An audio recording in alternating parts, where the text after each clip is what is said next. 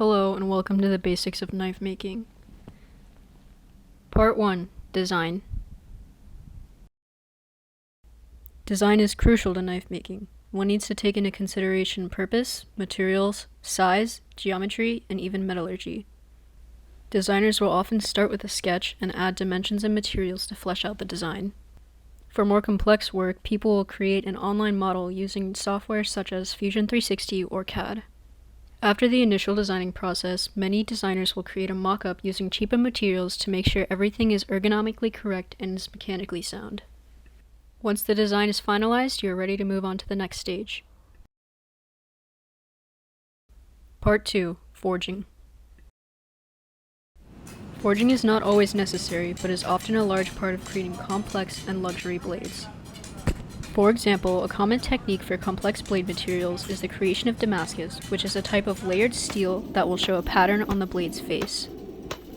Within forging, there are three main types. The first one is manual forging, which consists of the use of a hammer and anvil and is mainly done for detail work.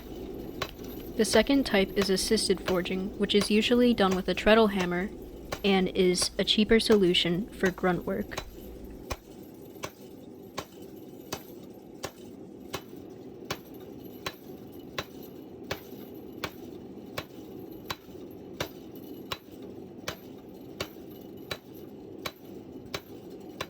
The third type is mechanical forging.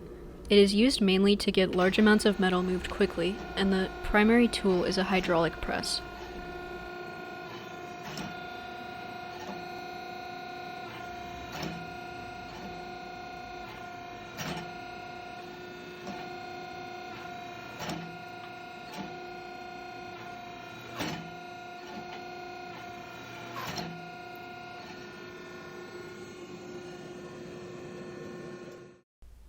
Part 3. Grinding.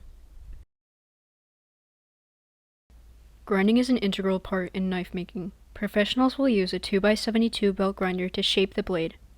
This is where the trigonometry from the designing phase will come into play.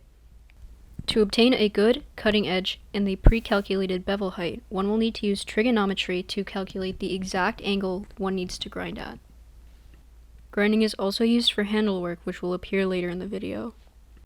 Grinding typically comes before the heat treat, which is one of the most important processes in knife making. It involves the hardening and slight softening of the metal to avoid potential breakage. Part 4. Finishing. When finishing, one needs to do hand sanding, which is using abrasives to get a good finish on the blade. It takes a lot of time, but will really separate the novices from the advanced in knife making.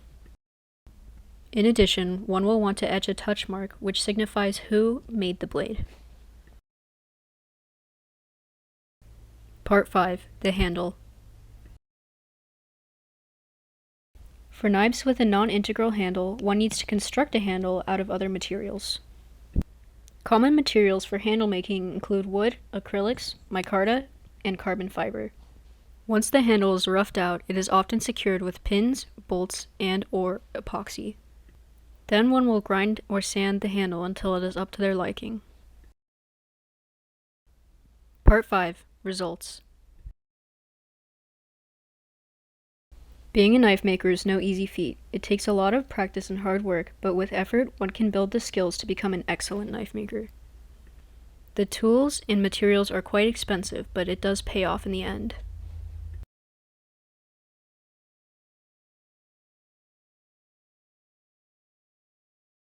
A few things one could do with knife making skills are work in another design or fabrication field, start a business, work as a freelance designer, or even license with other companies for production of your own cutlery designs.